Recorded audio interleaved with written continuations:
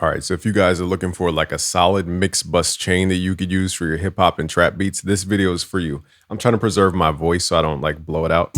Okay. Okay, so the first step is adding some kind of soft clipper, or it could be like a tape saturation. So what I'm mimicking is my analog chain that I used to use. It was a tape saturator, which goes into a bus compressor, which goes into an EQ, which goes into the SSL Fusion, which had a lot of different things. So that's what I'm emulating here. So the first step here is a classic clipper. This is the goal of this is to chop the transients off so that your beat could like feel more girthy and like strong and dense. Okay, so here's by default what the beat sounds like. So I have this on soft clip mode. There's two modes. You have soft clip on the left, hard clip on the right. And basically it's just a curvature of the audio. Hard clip doesn't really affect the sound as much, whereas soft clip, you know, affects more of the transients. Okay, so this is before. And what you do is you switch to the soft clip mode. So it's gonna start sounding a little bit softer and compressed. Then you push your gain input until you feel like the punch or the knock. I can feel it right here.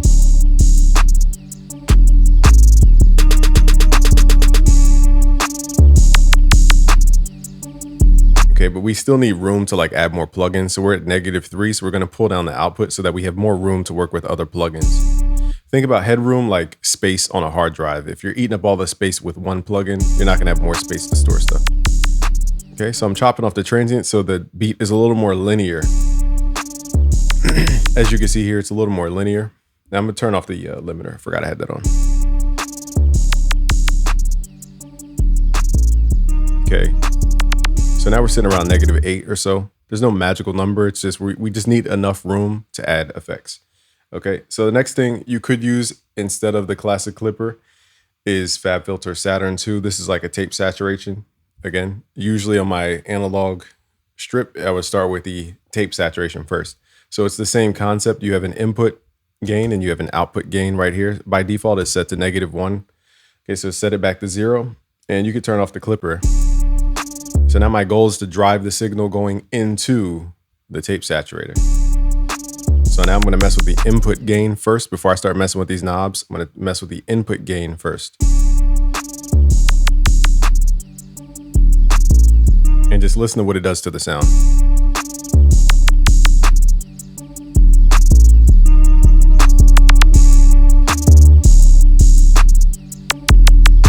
I'm gonna exaggerate it so we can hear. Hear that sound?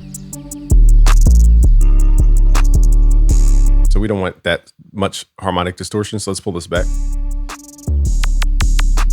Okay, now there's different levels of tape saturation. You could turn up the drive for more harmonic content.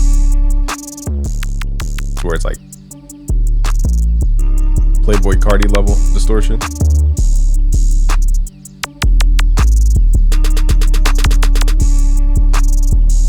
Okay, so again, you monitor the input and output gain. Now we're hitting at what, -4? So let's pull this back down to give us some more room. So here's before. Very soft. Here's after.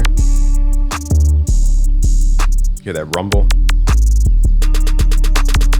Feels like the track is being ripped apart. Okay, so those are the two different sounds. Clipper gives you more density, whereas the saturation gives you more ripple effect.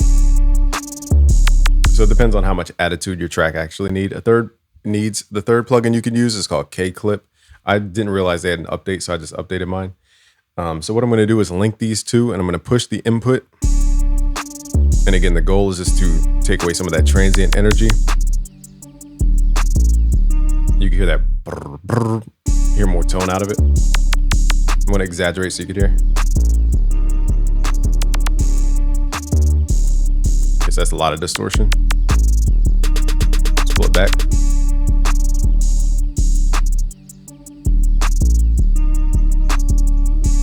Okay, so pretty clean. So here's before.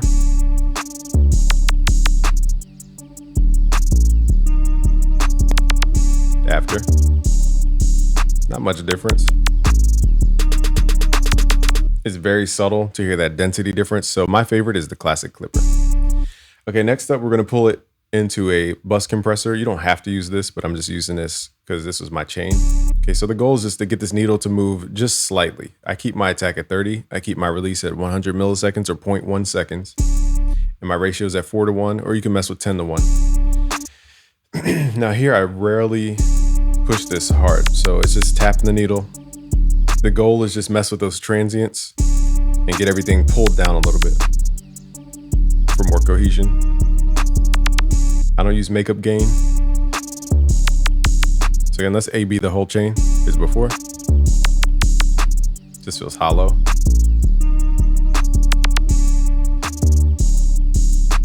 All right, now let's do after.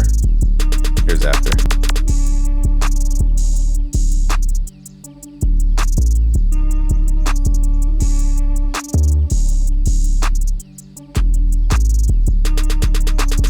You can feel that dynamic coming in. Okay, so next up after the compressor, I had an EQ.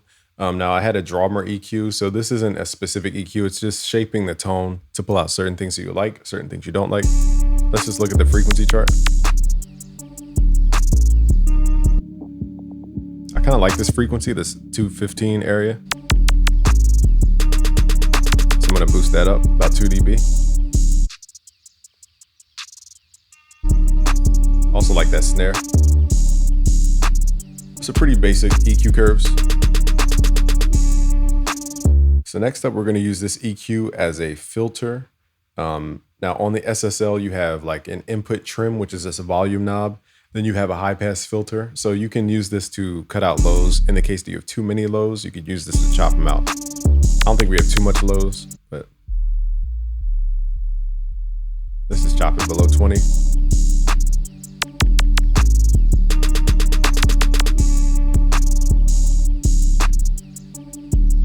I think it definitely makes the 808 like punchy part hit a little bit more.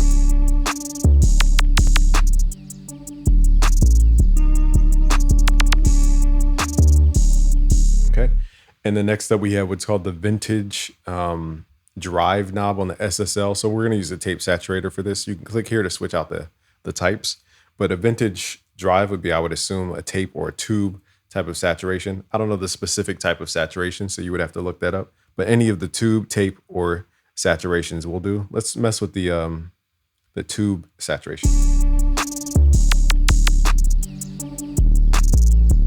See how it fills out the track. So again, before we even mess with the drive knob, let's mess with the input and output.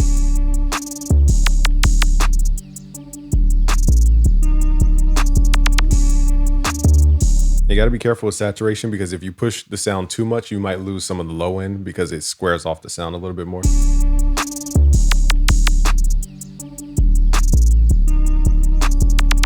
Around here's a pretty good spot. This track's sitting at about -3. So that's the vintage drive. Then we're going to move into the high-low cut, or the high-low EQ, pardon me. So let's say you want some more high frequencies. Let's add a high shelf. Just to boost these. I usually boost with the high shelf. It's called the Violet EQ. It sounds really good on the high end. It's like a really shimmery high-end EQ. I would always boost it heavy, like 8 dB sometimes. So let's try 10K, and then let's boost the resonance so that it's more focused on 10K and above. See how we hear that shimmery. Actually, we don't need to boost the resonance. I forgot we have the curvature here. Let's make it a tighter. There we go.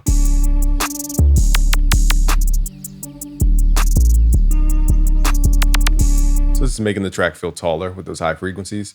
You could also boost the lows, but I think we already have enough lows. But usually they would boost around like 50 hertz. So I'll boost a little bit.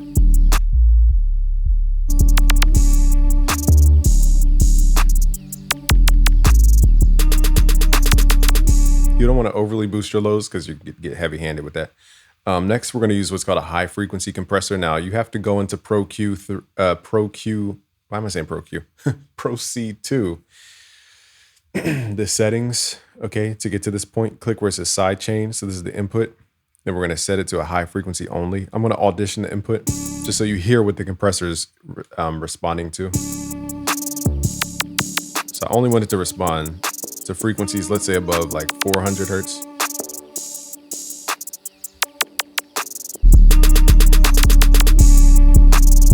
And then you could have the compressor react that way.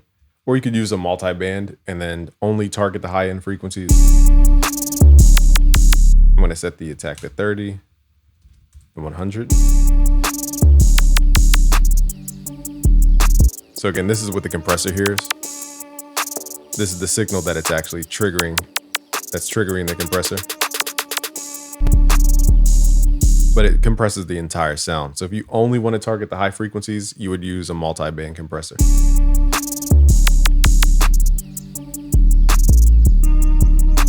So it's very subtle, but let me exaggerate it for you.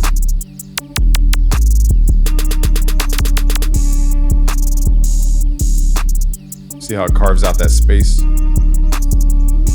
Feels like we're falling.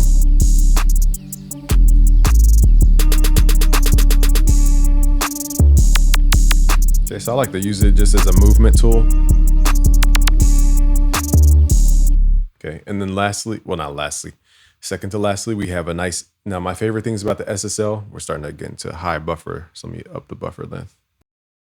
One of my favorite parts about the SSL was the stereo separation knob. It just sounded ridiculous. So I'm gonna show you why it sounded good. This plugin isn't gonna do it specifically. I think they actually have the actual plugin version. I think I matched it with the analog version and I couldn't hear much of a difference. So SSL does have this in plugin form. It's called the SSL, forget the name exactly, SSL Fusion Stereo Image, okay?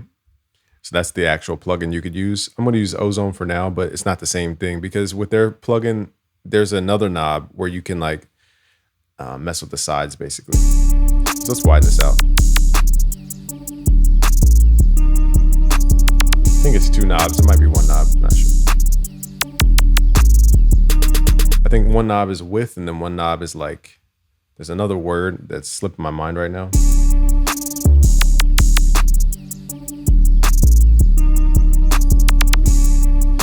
Okay, so we're just widening the track. Now, one thing, I was at the iZotope headquarters in Cambridge, Massachusetts one time, and they put me in their mastering studio, and my track sounded so small. It sounded like this small on their speakers. Now, it showed me that you can widen out a track way further than you think, okay?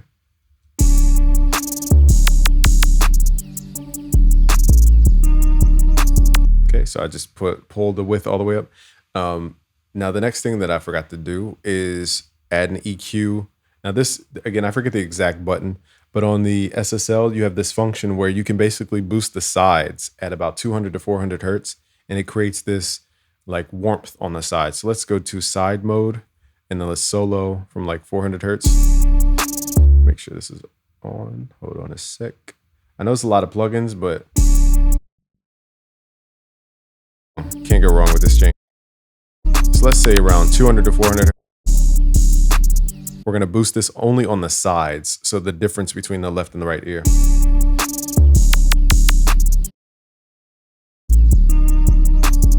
Let's boost it at 396.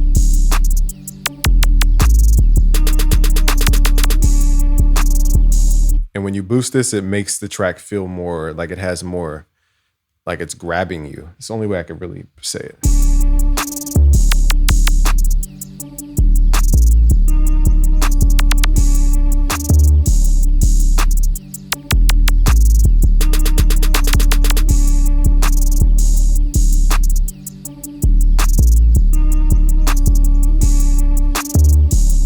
Okay, so we're like slamming almost 0 dB.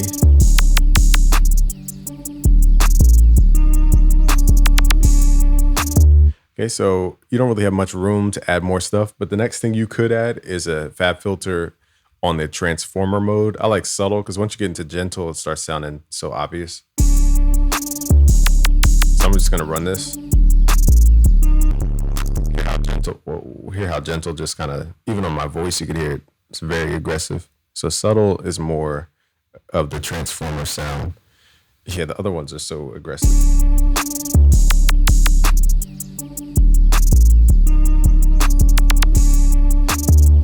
And that just adds a little bit more harmonic distortion as well, upper harmonics.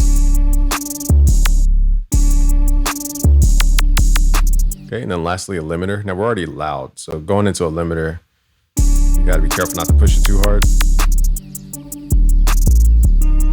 Because we compressed and used all that clipping, we don't have as much ups and downs, so we can boost pretty evenly.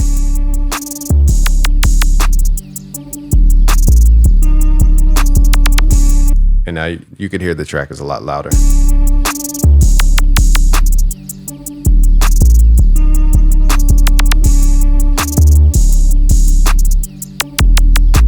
Okay, so now you would go back and say, okay, is the saturation too aggressive? If so, go back to the saturator and turn it off.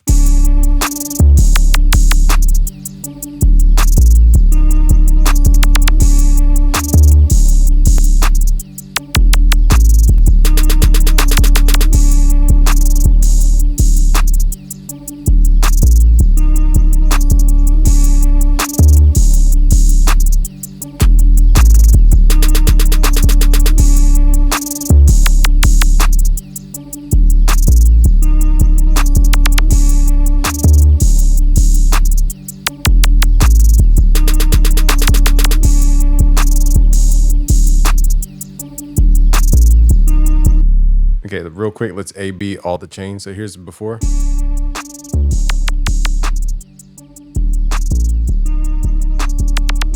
Here's after our first chain. Here's after the final chain.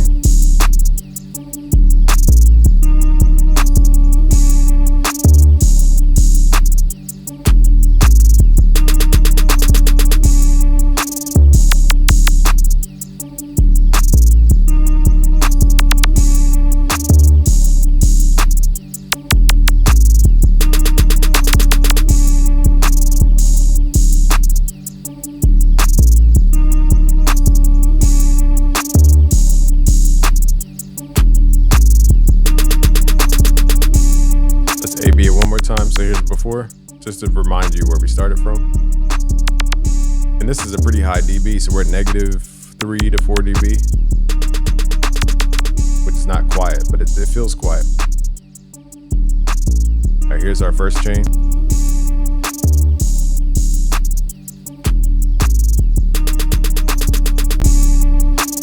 Loud chain.